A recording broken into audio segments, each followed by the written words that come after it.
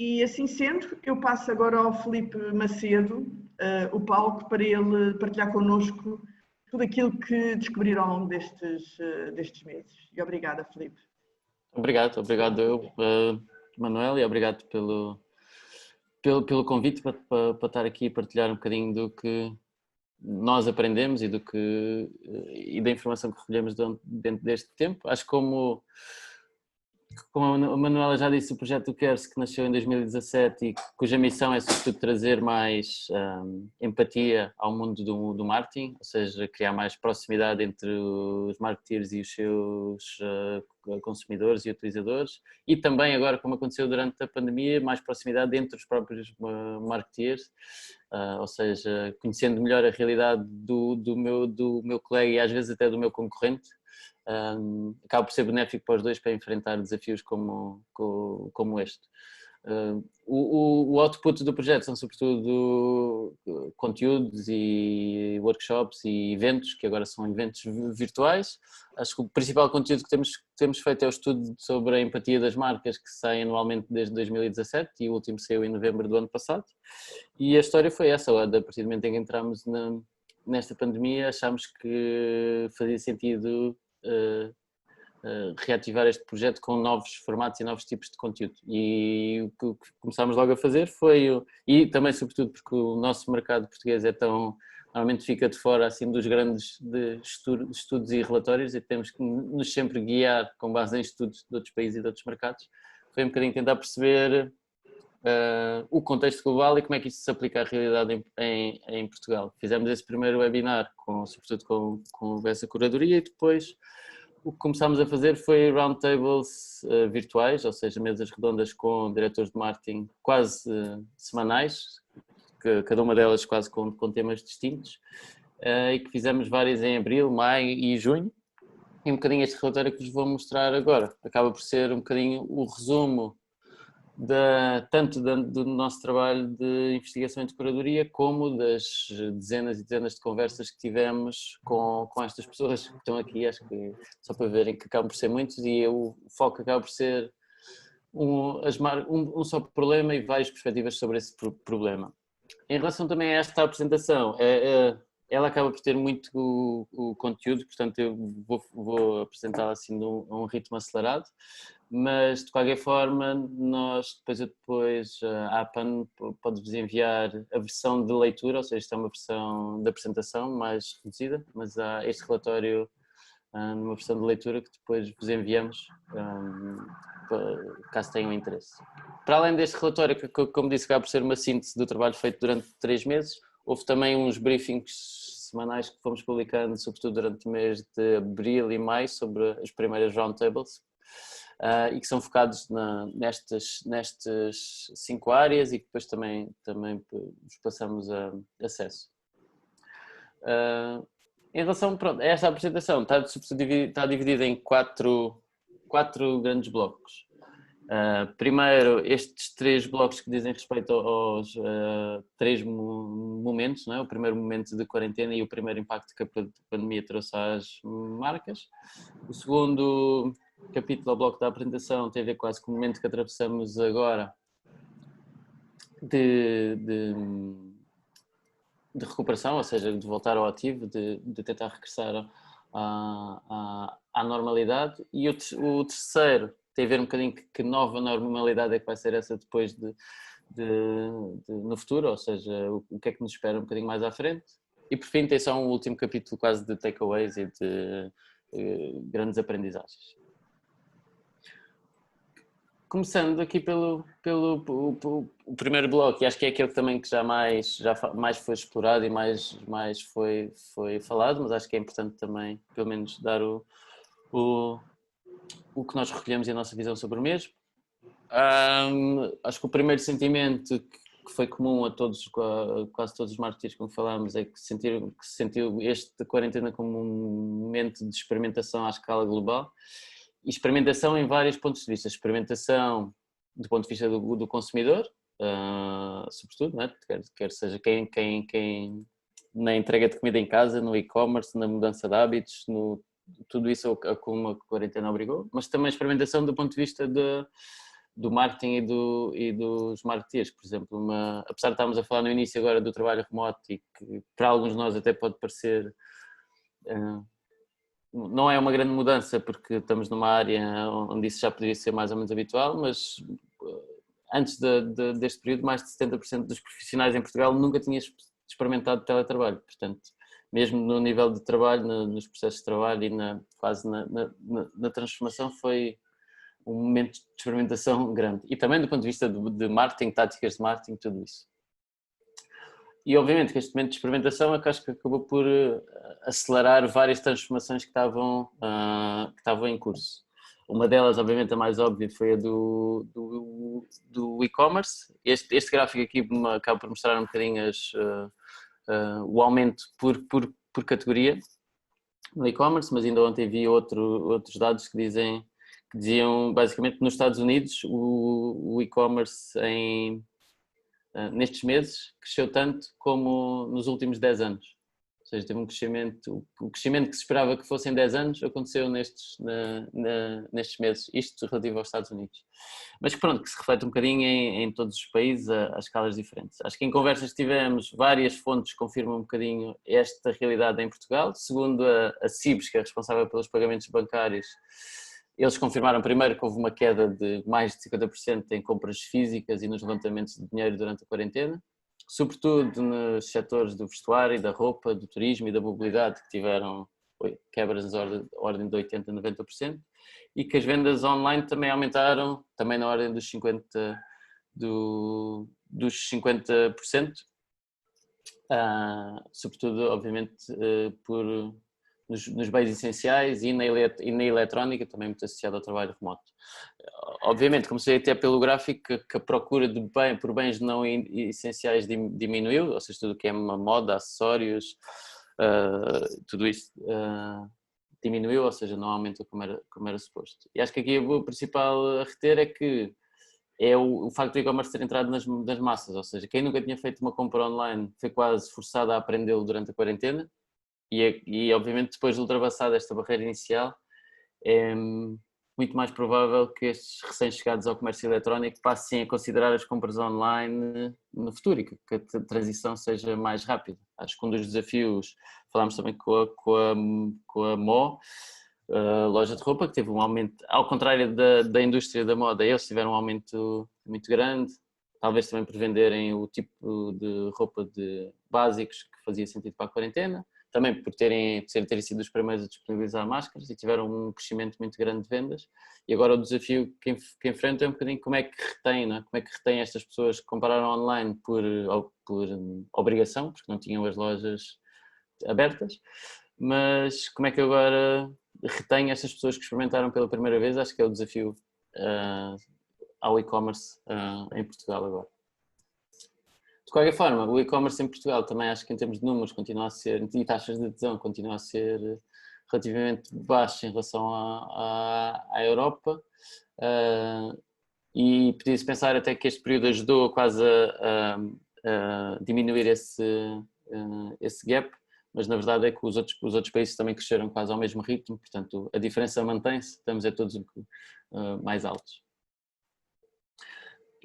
Ainda relacionado com o e-commerce, também o importante e que sentimos foi mesmo aquelas marcas que já estavam mais bem preparadas e tinham mais maturidade neste setor,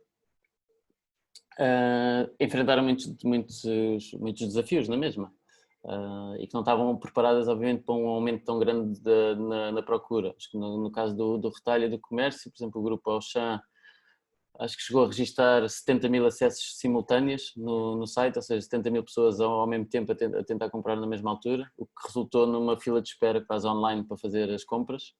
E já mesmo o Continente Online acho que chegou a ter momentos com 10 vezes mais procura do que teria no período normal, ou seja, 10 vezes mais pessoas, e obviamente que isto criou muitos desafios, não só de digital, não é, que de conseguir gerir este tráfego todo, e de logística e de armazenamento e tudo isso, mas também outros menos óbvios, como administrativo. Acho que no caso da Staples o bottleneck estava claramente na questão financeira e administrativa, não tanto no armazenamento ou na logística, sobretudo não terem estrutura financeira e administrativa para dar resposta a tantas encomendas no online. Outra que também aconteceu muito e que não era, passa a não ser tão óbvio, é o apoio a cliente, não é? Quando temos tanta gente a comprar online e muitas vezes comprar online pela primeira vez é preciso muito mais pessoas para dar apoio ao cliente do que as que tenham disponíveis, e que muitas vezes o que aconteceu foi quase mudar de funções as pessoas que estariam na loja e quando a loja estava fechada e passarem a fazer apoio a cliente online. Obviamente com todos a dificuldade aqui associada desta mudança de funções, de mudança de processos e de mindset. Acho que outra história interessante é no caso do El Corte Inglês, que até a liderança e os diretores, a direção teve a fazer picking no armazém para conseguir dar resposta aos pedidos, não é? E estar no armazém a dar resposta aos pedidos que iam chegando. Para além, obviamente, do desafio da procura, também a questão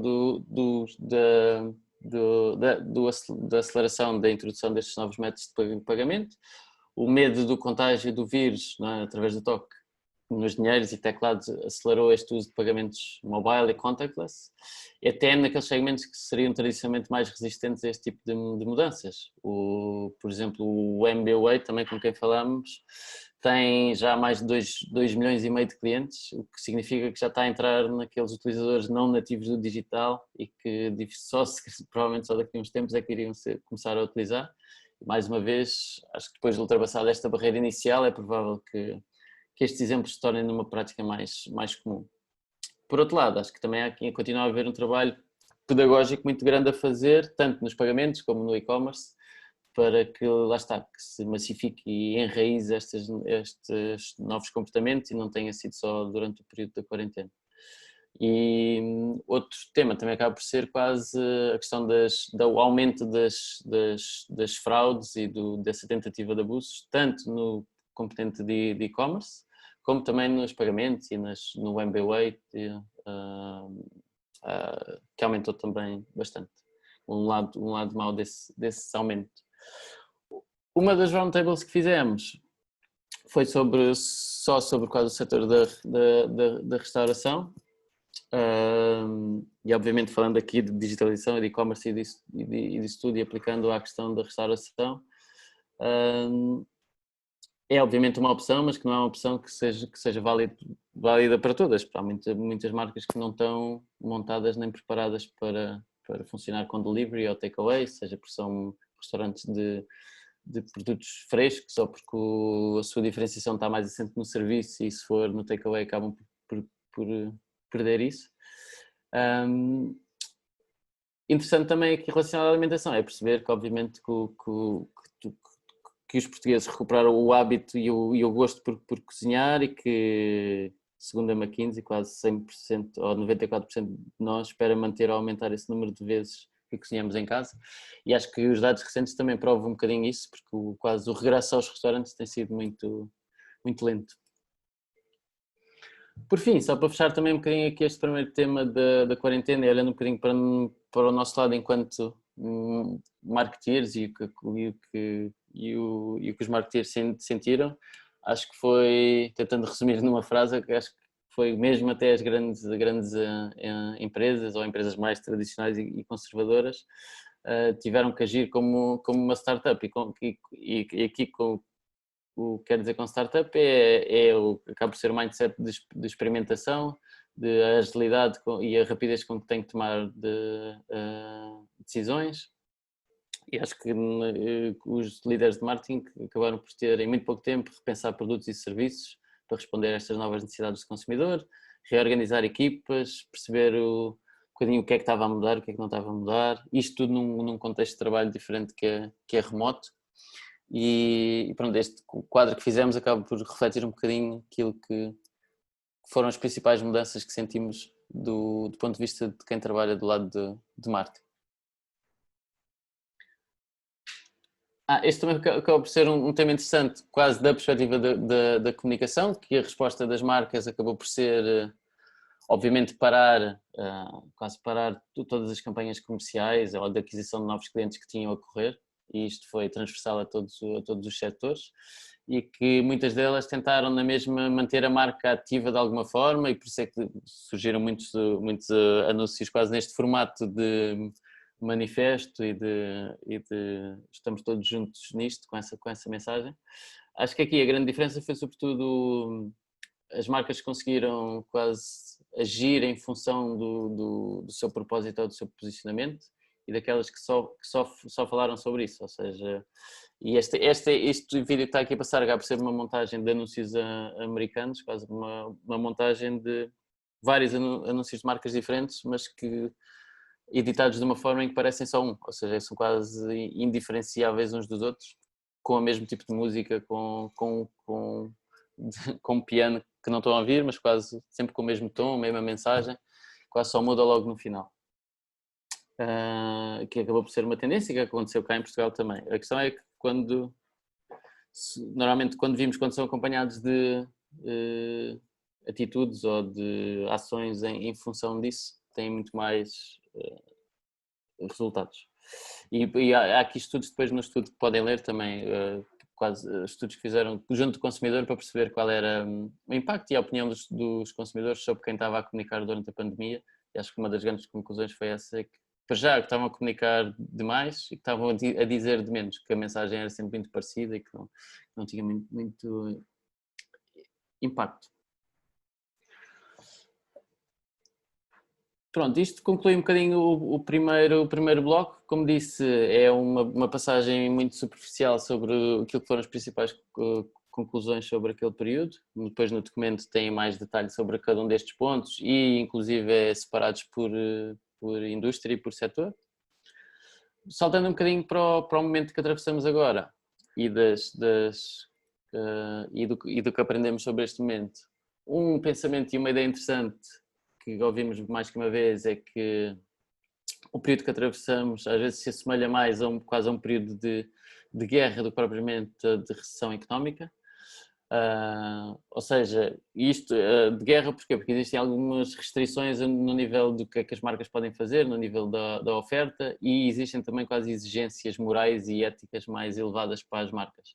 Uma recessão normal seria mais fácil, ou seja, era as marcas procurarem incentivar ao consumo ao máximo, mas no caso em que vivemos é preciso equilibrar e considerar a questão da segurança e da saúde e encontrar este ponto de equilíbrio difícil entre ambos, entre o incentivo ao consumo e a segurança e a saúde. Ou seja, que se assemelha mais quase ao período da última grande guerra, que foi a Segunda Guerra Mundial, mas com a grande diferença que é a capacidade atual de comunicação em massa e em tempo real que temos, não é? Quando na Segunda Guerra Mundial não havia esta comunicação, nem esta globalização, e as notícias demoravam muito a chegar. Hoje em dia sabemos instantaneamente do que acontece no outro lado do mundo. E que às vezes é um pensamento interessante, às vezes para nos ajudar a tomar decisões no dia-a-dia. Depois, mais uma vez, falando desta questão do equilíbrio e dos dois lados da moeda, há esta também do ponto de vista do consumidor, cada vez mais esta ansiedade e necessidade de voltar a viver fora de casa, que entra em conflito muitas vezes com o medo e as questões da saúde e do vírus, mas também da própria recessão económica e do que é que vai acontecer, e por isso tomo decisões muito mais ponderadas do ponto de vista de consumo. E acho que também de acordo com estudos da McKinsey, que diz que estes que já têm um mês ou dois, mas que a maior parte das pessoas acredita que isto ainda vai demorar mais de um ano, ou seja, as nossas quase ações ou decisões do ponto de vista enquanto consumidores são de quem acha que esta pandemia, seja a questão mais das restrições por saúde ou económicas, vão durar pelo menos mais um ano e portanto estou a agir em função disso. Obviamente, lá está, e como tinha dito há pouco, acho que a questão dos restaurantes acaba por ser bem simbólica de que é provável que muitos consumidores cortem nestas despesas com produtos de luxo e de entretenimento e de lazer. Segundo acho que houve 2 estudos sobre esta questão da restauração interessantes, um barómetro da Intercampos que no final de junho apontava que mais de 60% dos portugueses ainda não tinham voltado a comer fora de casa, e que 40% desses 60 não contava regressar tão cedo, ou seja, apesar de às vezes, e isto é um bocadinho contrassenso, sobretudo se calhar quem mora em Lisboa vê alguns restaurantes com pessoas e vê algum tráfego nos restaurantes, mas que não é representativo do todo, e que há muita gente de facto que ainda não saiu de casa e que continua com medo. Por exemplo, segundo a própria Aresp, 40% dos restaurantes tenciona mesmo avançar para a insolvência nos próximos tempos. Isto, obviamente, isto é só um indicador, acaba por ser muito específico desta indústria, mas acho que acaba por ser um sinal de que há este corte nas despesas com supostamente gastos mais supérfluos por parte do consumidor, e que, como consequência, há obviamente cortes no marketing também, que há obviamente onde de saber do vosso caso, acho que das conversas que temos tido, é que dificilmente ou quase ninguém vai conseguir fugir de cortes no orçamento. Acho também aqui, de acordo com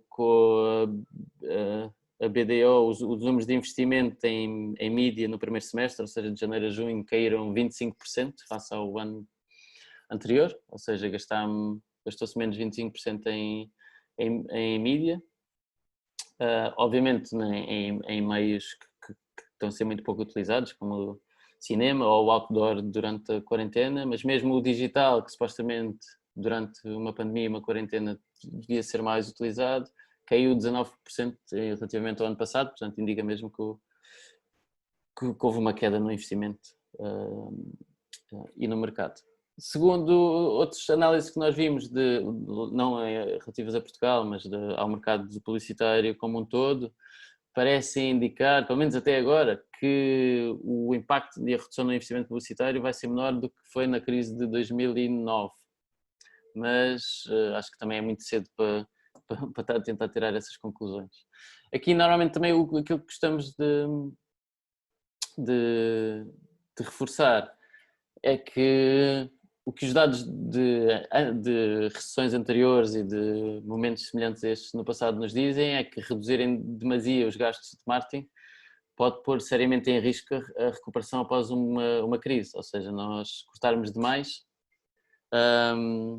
vai demorar muito mais tempo a recuperar. E acho que aqui, apesar das especificidades de cada negócio e de cada categoria, em média, acho que os orçamentos de marketing, embora com cortes que são impossíveis de evitar, devem ser protegidos e não usados como fundo de emergência, porque muitas vezes é o que acontece, não é? Estamos em altura de crise, o fundo de emergência para lidar com a crise é ir buscar ao marketing, e aqui o trabalho que temos feito com alguns dos nossos clientes é ajudar um bocadinho a justificar como é que se justifica que se deve preservar o orçamento de marketing, e há vários estudos e vários dados que o provam. Acho que estes são só alguns quase soundbites de 3 deles, que mostram quantitativamente, e pegando sobretudo na crise passada, o que é que aconteceu a quem cortou demais no marketing e o que é que aconteceu a quem conseguiu preservar pelo menos parte desse investimento, e quem é que recuperou mais rápido. Outra tendência, acabam por ser 2 tendências aqui interessantes. Obviamente que em tempos de incerteza, a tendência dos consumidores é confiar e virarem-se para as marcas com maior reputação e em quem confiam mais. Mas do nosso ponto de vista de marketing, e sobretudo para quem acabou de perder metade de um orçamento, a tentação pode ser canalizar um bocadinho a metade que sobra para táticas mais promocionais ou de curto prazo, para garantir um bocadinho um mínimo de resultados este ano. Mas, na verdade, se calhar a jogada mais inteligente até poderá ser priorizar iniciativas de longo prazo e de marca, e não tanto de curto prazo. Isto porque, como nós vimos, o clima e quase o próprio consumidor está com hábito, ou está com um consumo mais cauteloso agora, portanto se calhar não é a melhor altura para ter um incentivo mais agressivo à compra. Depois acho que a pouco e pouco os consumidores vão acabar por regressar aos hábitos de consumo que tinham e que agora têm limitações, e provavelmente vão se lembrar das marcas que os influenciaram positivamente durante este período, e acho que já aconteceu muito, e vários estudos provam isso também, que durante a quarentena quase aquelas marcas, seja de e-commerce ou as marcas que estiveram mais ativas e que ofereceram soluções e que as pessoas acabaram por experimentar durante aquele período, são muito mais prováveis de agora se manterem como solução do que outras que estiveram caladas. E às vezes é só manter quase a posição dentro da cabeça dos consumidores, não necessariamente a compra. E acho que a mensagem a passar é um bocadinho isto, é esta analogia da chama ou da vela. Por muito que tenhamos que, ou de uma lareira, por exemplo, por muito que eu tenha que reduzir a intensidade da chama e do fogo, o importante é não a deixar apagar, não é? Porque se eu apagar uma fogueira ou uma lareira, o custo ou o esforço que eu tenho de fazer para acender novamente é muito maior do que mesmo que mantenha a chama um bocadinho mais pequena, mas mantê-la acesa é muito mais fácil voltar a aumentá-la. É a analogia que nós normalmente usamos. E para além de que tem quase que um adicional, né? Que é que quem tem acesso a capital, quem tem alguma liquidez, é de facto uma boa altura para investir em marketing e comunicação. Porquê? Porque para já os próprios meios e a mídia vai estar mais barato, porque há muito menos procura e vão haver mais espaços disponíveis a um custo mais baixo. Depois, porque há certamente com estes cortes todos, muitas marcas que vão reduzir o investimento e reduzir a comunicação. Portanto, quase o destaque e o share que eu tenho de atenção e de tempo de antena das pessoas é também maior. Portanto, para quem consegue ter. E há até um comentário interessante que foi que um diretor de marketing me disse, que é: este ano de 2020 já toda a gente sabe que vai ser um mau ano e ninguém está com esperanças de ter bons resultados a nível financeiros ou de negócio. Portanto, uma boa estratégia pode ser começar já a comunicar para objetivos do próximo ano, assumir este como perdido e estar já a trabalhar no próximo. Mas pronto, isto são quase abordagens mais radicais.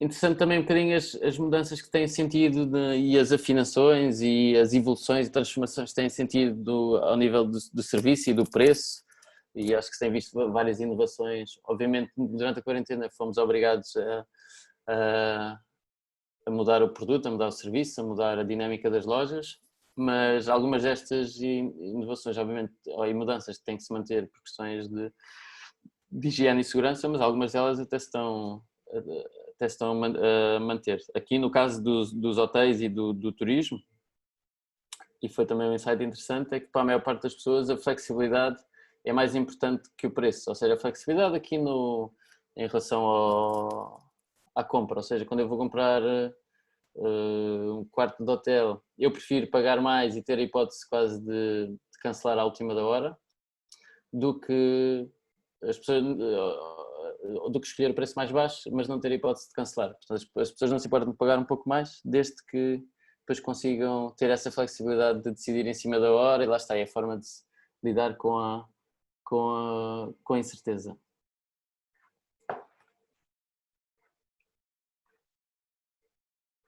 Outro tema que também é muito recorrente em vários setores foi a questão da segurança, não é? Que por um lado é importante falar de segurança para criar confiança. Acho que para uma recuperação mais rápida é importante que as pessoas se sintam seguras e confiantes de que a sua saúde está protegida. Caso contrário, acho que podemos continuar a adiar ainda mais as compras, os jantares, as viagens e tudo isso. E faz parte também, acho eu, do papel das marcas de sensibilizarem o público de que é seguro voltar à rotina e repetir esta mensagem para criar confiança e combater esses medos. Mas, por outro lado, acho que também há muitos que defendem que é importante não falar de segurança em demasia, até porque depois está-se a dar muito destaque quase ao tema. Acho que por um lado queremos transmitir confiança, sim, mas sem estar a criar mais medo, e acho que às vezes falando muito de segurança estamos mais a criar medo do que propriamente a criar segurança para sair de casa.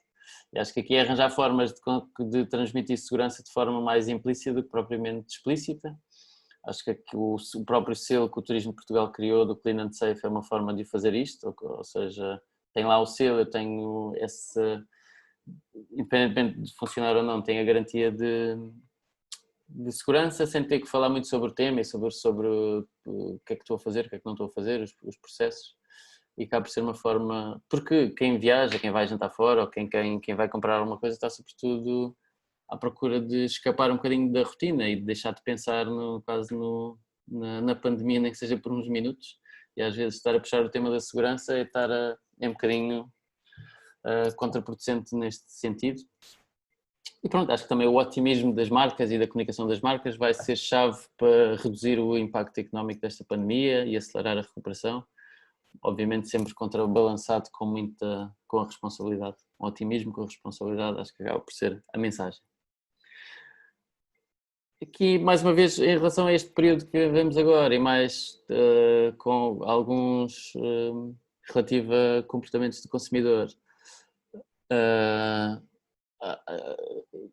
o autocarro é claramente um dos maus da fita do momento. E acho que uma das conversas que tivemos com a Carris acaba por passar isso em conta, e eles não esperam até ao final do verão. Eles têm agora a procura, tem estado em cerca dos 40% do que seria normal, e até ao final do verão não esperam ter mais de 40% de ocupação, nem é de ocupação, 40% da procura que tinham no ano passado.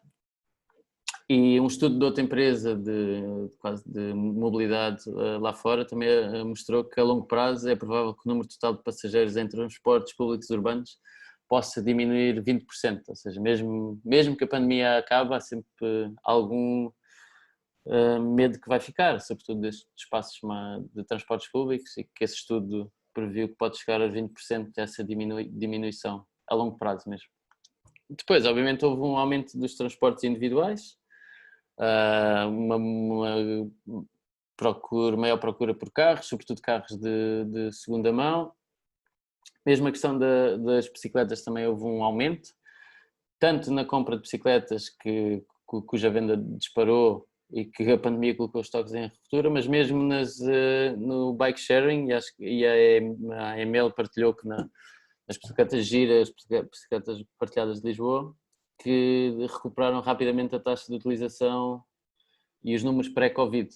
E isto logo em maio e junho, as taxas de utilização estavam quase iguais aos pré-Covid. Portanto, apesar de ser partilhado que à partida pareceria um comportamento a evitar, têm sido muito utilizadas. E obviamente também as motas, a compra de motas também aumenta muito, embora aqui tenha também o adicional o boom também das entregas de comida, do delivery. Também muitas das motas são para isso e não só para o consumidor final. Houve, por outro lado, obviamente, a quebra no setor dos rentacars e mesmo da compra de carro para os TVDs, ou seja, os Ubers e etc., têm sofrido um bocadinho com tudo isto. Aqui é um bocadinho a questão e a dúvida que fica, é que será que depois disto passar e da pandemia se vamos ter mais consideração pelo impacto das soluções de mobilidade que escolhemos, ou seja, ou se vai prevalecer quase o medo e a questão da segurança, e se vamos todos voltar a andar de carro com medo de partilhar transportes com outras pessoas.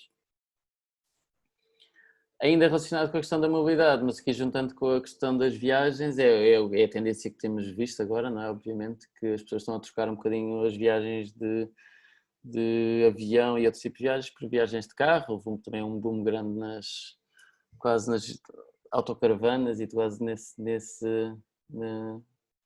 setor, porque quase a vontade de viajar não diminuiu. Não é? É um setor com muitas restrições. Acho que também da sessão que fizemos focada no turismo, também se partilhou um bocadinho que a procura, o Algarve, apesar de ser visto pelos portugueses como turismo de massas, não é? Que muitas pessoas às vezes gostam de evitar, continua a ser o destino desejado, e acho que tem tido o dobro das intenções de compra por parte de portugueses. Obviamente diminuiu o estrangeiro, mas os portugueses têm tido o dobro das intenções de anos anteriores. Embora procurem sobretudo desta vez espaços com cozinha, ou casas isoladas com piscina, ou apartamentos, para evitarem tanto ir comer fora tantas vezes. No turismo acabou por ser perspectivava-se, e com quase todas as pessoas que falei, perspectivava-se o melhor ano de sempre, em janeiro, fevereiro. Acho que o próprio janeiro foi o melhor janeiro de sempre em termos de números de turismo, mas pronto, e agora acaba por ser o setor, e das roundtables que fizemos, foi o setor onde foi mais difícil encontrar algum ponto positivo da pandemia, ou seja, mesmo em setores mais afetados, como até o da restauração, que está a ser muito afetado, conseguimos sempre encontrar algum ponto positivo, seja porque acelerou um bocadinho a digitalização, muito mais restaurantes têm agora quase uma presença online, ou a possibilidade de takeaway, de delivery, acelerou um bocadinho uma transformação positiva em alguns. Obviamente este lado positivo não compensa todo o mal que aconteceu, mas no turismo é muito difícil encontrar quase um positivo. Obviamente que há algumas transformações positivas a caminho, mas foi onde foi mais difícil encontrar isso, e acho que as previsões, estima-se que estão em risco, acho que cerca de 25 milhões de empregos só na aviação e 100 milhões no setor das viagens e do turismo como um todo. Ou seja, prevê-se mesmo que vão perder 5 a 7 anos de crescimento da indústria, que vão ser perdidos assim de um ano para o outro. Mas pronto, agora tenho que acelerar um bocadinho, não é? É que acaba por ser tantas conversas e tantas histórias aqui que é fácil depois perder-me aqui em cada slide, mas vou acelerar aqui para falar um bocadinho estamos a antecipar que sejam tendências e insights interessantes sobre o futuro e alguns takeaways, e depois também dar algum tempo para, se tiverem questões ou algum comentário para fazer. Em relação ao futuro, obviamente a questão do trabalho remoto e da descentralização do escritório vai ser importante. Acho que o governo português, quando o governo português anuncia que pretende manter 25% dos funcionários públicos em teletrabalho, é logo um sinal de que de facto há alguma coisa que está a mudar, e outras empresas como o Twitter, que deu essa opção para sempre, ou seja, de quem quiser pode trabalhar em teletrabalho para sempre. Obviamente que estes são extremos, mas passam a ideia de que muitas outras empresas vão provavelmente manter práticas de trabalho remoto até final do ano e depois disso, e que a maior parte provavelmente vai ter um modelo híbrido. E obviamente vão tê-lo, quer seja para agradar aos colaboradores que assim o vão exigir, ou mesmo para poupar alguns custos fixos com escritórios e com imobiliário, que poderá ter algum impacto a longo prazo no setor de imobiliário, obviamente, a menor procura por escritórios. Esta questão do trabalho remoto também tem impacto direto na questão da mobilidade, uma vez que vão haver menos deslocações para os escritórios, para os centros das cidades, menos reuniões presenciais, também com o impacto ambiental positivo que isso terá, e que também até pode ter, no limite, impacto no setor automóvel, no nível de frotas de empresas e etc. Se o carro, enquanto benefício para o empregado, continua a fazer tanto sentido como fazia num futuro onde existe mais trabalho a partir de casa ou fora do escritório. E também com o fim gradual desta ideia de escritório central para todos, não é? Ou seja, se nem toda a gente precisa de deslocar todos os dias para o centro da cidade para um escritório, se calhar vamos também passar a frequentar restaurantes e cafés e lojas fora dos centros urbanos, ou seja, o impacto também vai ser um bocadinho no comércio e na restauração que havia no centro das cidades e que vai ser mais descentralizada. Acho que um dos cenários acaba por ser, deixa de haver um centro da cidade e a periferia, e passam a haver quase vários centros mais pequenos, em vez de haver só um. Que mais é que é interessante aqui? Durante a pandemia também, obviamente, houve uma maior preferência das pessoas, e continua a haver, por espaços mais pequenos e de maior proximidade, e acho que aqui a partilha que houve do setor do retalho e do comércio foi interessante desse ponto de vista. Ou seja, muito menos pessoas a visitar hipermercados e a visitarem as lojas mais pequenas e mais próximas, e acho que tem dois fatores, é a questão de eu querer evitar sítios com muitas pessoas, esse é um, e depois lá está, como estou a trabalhar de casa, se calhar o que está mais perto já não é o hipermercado ou os supermercados perto dos transportes ou dos escritórios, mas sim espaços mais pequenos perto de onde eu moro. E isso depois pode trazer aqui mudanças um bocadinho no valor de cada zona, não é? Ou seja, um interessante também foi perceber que agora sem turismo, que aquilo que é uma zona premium para Lisboa, que é que se calhar na Baixa ou no centro da cidade, acaba por ter muito menos valor agora porque não há turistas, há menos tráfego ali, e zonas menos valiosas e que podem ser tanto para um restaurante como uma loja ou mesmo para um escritório, mais na periferia, que acabam por ganhar importância porque as pessoas estão muito mais lá agora. Outro tema interessante para o futuro é um bocadinho qual é que vai ser o equilíbrio certo entre canais, entre online e offline, ou seja, houve agora obviamente um boom do digital, mas qual é que é o equilíbrio certo entre lojas físicas e loja digital, quantas é que eu devo ter? A buzzword da omnicanalidade acho que ganhou nova relevância aqui, de pensar o digital e o físico como uma solução integrada e não como duas coisas distintas. E um bocadinho de caminhar para isso, ou seja, dar a solução que mais faz sentido para cada utilizador no momento certo. E por outro, assumindo que o digital vai ter um peso maior, o que é que nós podemos fazer com o espaço físico que já temos? Ou seja, se calhar num cenário onde não faz sentido ter tantas lojas físicas como que tinha, seja lojas, ou seja, por exemplo, um banco, não é? Ter tantas sucursais como tinha, como é que podemos repensar esses espaços físicos? Ou mesmo no caso dos escritórios, se um escritório tem metade das pessoas em teletrabalho, como é que podemos repensar esse espaço livre agora? E uma tendência interessante do ponto de vista das lojas é transformar as lojas cada vez mais servirem como uma experiência de marca, quase uma concept store e um sítio onde eu posso viver a marca e conhecer a marca para além de comprar os produtos, e acabam por ter um papel que vai muito para além da venda, não é? Porque a partir do momento em que já consigo comprar no digital com relativa facilidade e conveniência, a experiência na loja tem que me dar algo mais do que propriamente a transação. E pronto, e daí ser uma experiência que seja pelo serviço, em alguns casos, ou pela experiência que eu tenho.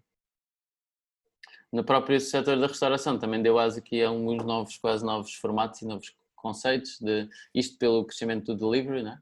Se tem um restaurante que é focado em delivery, se calhar eu não preciso ter mesas, e então a minha operação é quase uma cozinha que nem sequer está aberta ao público. E acho que há aqui muitas tendências que depois deixo no documento também para analisarem, se tiverem interesse. No setor financeiro também foi uma roundtable muito interessante, que ao contrário da crise financeira de 2008, esta crise provocada pela Covid-19 pode apresentar uma oportunidade para as empresas financeiras serem parte da solução, não é? Porque na 2008, 2009 o problema acabou por estar muito associado aos bancos e sofreram do ponto de vista de reputação por isso. Agora podem fazer parte da solução e acrescentar valor à sociedade e assim recuperarem quase parte dessa recuperação de reputação que perderam no passado. Isto até porque acaba por ser um setor onde que os bancos e os seguros são cada vez mais uma commodity, praticamente todos vendem a mesma coisa, e então pode ser uma boa oportunidade quase para se diferenciarem quase do ponto de vista de marca, ou até para antecipar quase novas necessidades que vão servir neste mundo pós-Covid. Ou seja, imaginando, por exemplo, com a democratização do trabalho remoto e esta quase experiência de viver em quarentena, será que nos vai fazer valorizar mais a flexibilidade e a mobilidade em vez da segurança? Só que vou dar mais, em vez de ter um emprego seguro, só haver mais pessoas a valorizar flexibilidade e mobilidade, e o que é que isso implica quase em termos do serviços bancários. E quase, se com o trabalho remoto eu posso trabalhar de qualquer lado do mundo, e se trabalho para Portugal, mas por exemplo estou a viver noutro país, também que banco é que eu escolho? O banco desse país ou um banco português? E acho que há aqui muitas mudanças que podem dar asa a alguma inovação no setor.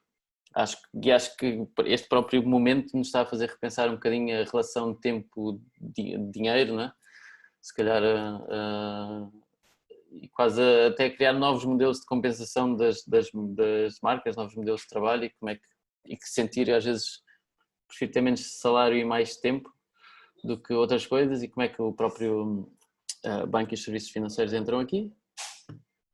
Acho que na questão das viagens também tem havido alguma inovação na digitalização da viagem e da estadia, seja porque agora há estes momentos menos com menos contacto, e acho que conseguir fazer quase a passagem por o aeroporto sem ter que tocar em nada e conseguirem identificar as pessoas e às vezes até terem o histórico de saúde para tornar a viagem mais seamless.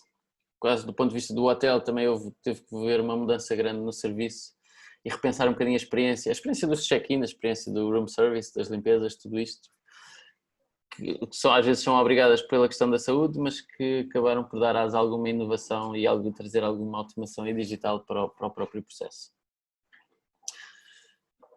Lá está, como disse, todos estes pontos e estes slides estão mais detalhados no relatório. Acho que como também nos estamos a aproximar do fim, acho que reforço só o que a Manuela disse no início. Se alguém tiver algum comentário ou questão, pode deixá-la já no chat, se quiser, que se calhar é mais fácil. Eu sei que está lá uma desde o início, que eu ainda não li muito bem, mas já leio quando terminar. Acho que vou só focar aqui em alguns key takeaways do processo para vos deixar. E então, acho que o primeiro tem a ver um bocadinho como nós lidamos com isto, nós marketeers, e lidamos com tudo isto, e acho que foi impressionante um bocadinho a entrega e a capacidade de resposta em todos os setores e todo tipo de empresas, e às vezes até as mais conservadoras e menos ágeis, ou que achávamos assim, conseguiram em poucas semanas implementar mudanças que de outra forma teriam demorado meses ou mesmo anos, seja mudanças e transformações no teletrabalho, no e-commerce, no modelo de negócio, ou porque conseguiram produzir máscaras, ou mesmo só apenas refazer as campanhas e os projetos que tinha já planeado para o ano e que tivemos que refazer em 2 ou 3 semanas. E foi interessante perceber que apesar de todas as restrições conseguimos lidar bem com isso e com bons resultados. E acho que a aprendizagem aqui é um bocadinho, será que quase esta, como nós lhe chamamos, esta mentalidade de emergência ou de crise, será que a conseguimos usar noutros contextos que não os de uma crise real? Ou seja, se conseguirmos às vezes introduzir restrições e que nos dão mais foco e nos tiram um bocadinho o medo de arriscar, se noutros contextos faz sentido usar este tipo de mentalidade para conseguir, lá está, resultados mais rápidos e acelerar um bocadinho alguns projetos que assim o precisam. E acho que é uma boa aprendizagem e usá-lo quando assim fizer sentido. Depois, acho que mais do que nunca vai ser importante ouvir bem o mercado e ouvir os consumidores para conseguir antecipar as tendências e o que vai mudar no futuro. Ou seja, aqui é um bocadinho o que nós aprendemos, mas o que aprendemos sobretudo é que tudo é um bocadinho incerto e tudo muda de um dia para o outro. Portanto, mais do que antecipar o que é que vai acontecer no próximo mês ou na próxima semana, o importante é como é que nós garantimos que estamos atentos e que estamos a ouvir o que está a acontecer e conseguimos antecipar o que vai acontecer amanhã e sermos os primeiros a perceber o que vai acontecer amanhã e o que vai acontecer no próximo mês. E cada vez mais no futuro vai ser importante não só a capacidade de ouvir, mas a capacidade de adaptação, a capacidade de conseguir escalar, de aumentar ou reduzir rapidamente a operação, quer seja nas lojas ou no escritório, a capacidade de adaptar a minha oferta aos meus produtos ou serviços com base nisso que vou aprendendo e de novos imprevistos que surjam para além deste. Por último, quase a última coisa que vos queria deixar é uma mensagem quase positiva e otimista. Obviamente que a vida pós-coronavírus dificilmente será a mesma, mas muitas marcas têm a oportunidade de sair desta crise com uma melhor reputação e acho que com processos de trabalho mais ágeis e eficientes e de uma maneira algo contraintuitiva, não é? Esta pandemia pode acabar por ser benéfica para algumas empresas porque as obrigou a questionar práticas e crenças antiquadas e a reestruturar um bocadinho a organização. Acho que o que eu costumo dizer aqui é a analogia quase com um jogo de cartas, que é normalmente num cenário normal os líderes de um setor ou de uma categoria são dominantes e difíceis de derrubar porque têm o melhor jogo, têm as melhores cartas e já há muito tempo que estão a montar o melhor jogo, mas quase num período destes é quase como se nós baralhássemos as cartas todas e voltássemos a distribuir, portanto é muito mais fácil ver estas mudanças quase de líder e quase de marcas de challenger conseguirem acelerar um bocadinho o processo de de entrada do mercado, porque às vezes o que ontem era uma vantagem competitiva dos líderes de mercado, hoje pode ser uma fraqueza quase, não é? E pronto, acho que aqui eu depois tenho no documento e podem ver, são alguns casos de concretos de empresas que não desperdiçaram uma crise, e acho que no caso da Apple, na crise de 2001 da .com e na crise de 2008 Netflix e American Express, que têm casos de sucesso de como é que eles aproveitaram uma crise e um momento difícil para eles e como é que aproveitaram às vezes para se transformarem nas empresas de sucesso que são hoje. E acho que só um indicador interessante é que verem, por exemplo, a lista de empresas criadas na crise de 2008-2009, que são empresas como o WhatsApp, o Uber, o Airbnb, o Pinterest, Square, ou seja, o número de empresas que hoje são de referência e que nasceram na última crise são imensas. Portanto, é quase o pensamento que vos deixo é um bocadinho como é que se pode aproveitar este momento para transformar ou pensar a vossa marca, a vossa empresa para a próxima década. Como é que se cria agora a semente, lança agora a semente para ser o líder e a empresa ou a marca de sucesso nesta década ou no final da década? Bom, Filipe. Eu sei que fiz aqui um sprint no final, mas lá está, é como a apresentação é acompanhada da informação que depois podem ler, acho que é como disse, é difícil resumir tantas conversas e tantos insights, claro. E há sempre uma história nova que eu me lembro e portanto por isso é que é difícil cumprir timings. Não, mas o tema tem alguma complexidade, não é? E como ainda é muito recente, ainda estamos também a tentar compreender melhor e a tentar absorver tudo aquilo que temos estado a viver em tão curto espaço de tempo.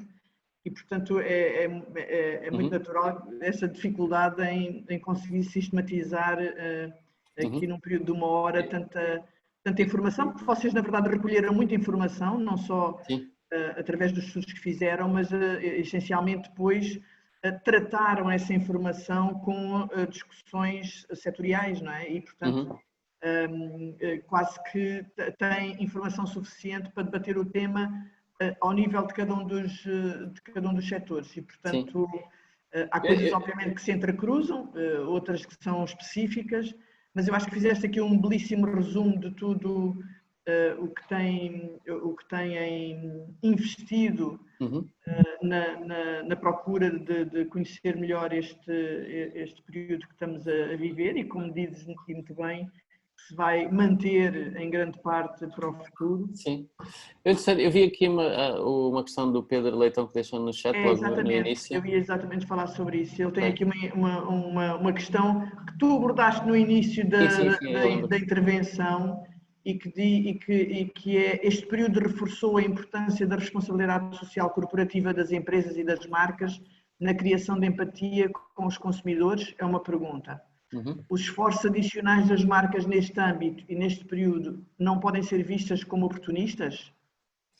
Sim, eu acho que aqui, na verdade, são duas perguntas, não é? Mas o que é que nós vimos? Vimos, de facto, muitas marcas oportunistas, e acho que no relatório está lá uma imagem que é quase, parece mentira,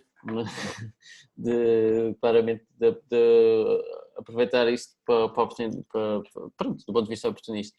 O que é que nós sentimos aqui? Foi sobretudo o que diferencia o oportunismo ou não é quase as ações que suportam a mensagem, ou seja, marcas que aproveitaram apenas para comunicar e para fazer mais um anúncio são normalmente vistas ou mais facilmente vistas como oportunistas.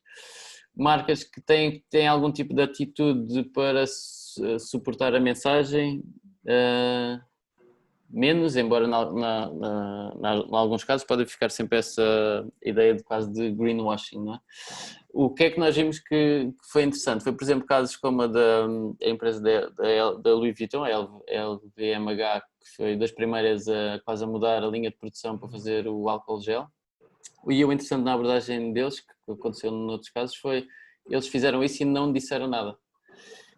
e não disseram nada, porquê? Porque aquilo depois acabou por se saber e foi noticiado, e acho que todos vimos em quase todas as notícias, que eles estavam a fazer aquilo, mas eles na verdade já tinham feito isso há uma ou duas semanas estavam a fazer e que não o comunicaram. E depois acabou por ter mais impacto, exatamente quase por eles não só fazerem e não falarem, teve mais impacto quase do ponto de vista de PR, portanto acho que foi bem gerido. Depois, obviamente, todas as marcas que fizeram coisas, seja porque produziram máscaras, seja porque alteraram o produto e o serviço, por exemplo, para me lembrar, sei lá, da Uber ou empresas como essas que tiraram as taxas, ou, não estou a dizer que isso seja o melhor exemplo, mas pronto, alteraram o produto ou serviço ou acabaram por fizeram alguma coisa em função disso. É diferente do que só comunicar, aquele exemplo que tinha dado. Obviamente que há sempre esse perigo e acho que nunca se vai agradar a todos, sobretudo quando estamos a agir com temas tão complexos e delicados, nunca vamos agradar a todos e acho que sobretudo foi marcas que tinham bem resolvidas qual é que era o propósito delas, qual é que era a missão. Se é uma marca que tinha um território claro e agiu dentro desse território, acho que não foi visto como oportunista. Oportunista é aqueles casos entre marcas que, por exemplo, que ou não tinham um propósito bem definido ou nunca tiveram quase uma missão ou um tipo de contributo social que tinham e agora fizeram claramente para aproveitar a oportunidade e não porque estava alinhado com a marca e é mais facilmente ser visto como oportunista. As marcas estão sempre numa posição difícil porque as pessoas esperam sempre muito mais das marcas do que qualquer outra entidade, não é? E a verdade é que num período em que aconteceu tanta coisa em tão pouco tempo, foi difícil para quem estava à frente das empresas pensar qual era o melhor caminho para adotar. É claro que muitas delas avançaram para políticas de responsabilidade para com as populações, quer seja regionalmente, quer seja a nível nacional. Por outro lado, também muito assediadas as marcas pelos próprios mídia, porque os mídia, sem o investimento das marcas, estavam a passar por tempos difíceis. Portanto, também as marcas, também a ser exigida às marcas que também fossem elas a sustentar, a continuar a sustentar e a financiar os próprios mídia. E, portanto, eu confesso que não vi muitos casos, e se houve alguns passaram-me despercebidos, casos de marcas a aproveitarem de forma muito oportunística este período. Sim, acho que cá em Portugal não vi muito. Houve alguns lá fora, logo no início, mas que rapidamente também morreram. Acho que aqui é quase... não são estes mais óbvios e explícitos, mas é às vezes a percepção que cria de uma marca estar a comunicar. Às vezes não ter muito para dizer. Sim, não ter. Mas acho que, tentando resumir um bocadinho, acho que é isso. É marcas que anteriormente já tinham feito um caminho de criar algum tipo de legitimidade numa área e que agora agiram sobre esse propósito, fez todo o sentido. Agora, quase marcas que criaram um novo propósito só para responder à pandemia, às vezes é que há mais probabilidade de serem vistos como oportunistas. De qualquer forma, eu deixo também, e não querendo prender-vos durante muito tempo, deixo também aberta a porta para quem tiver interesse para conversarmos quase mais uma sessão one-on-one ou aprofundando algum dos pontos específicos que abordei aqui, também estamos disponíveis para o fazer. Portanto, quem tiver interesse também estamos abertos a mais conversas e a quase a reforçar um bocadinho o relatório com mais opiniões e mais aprendizagens.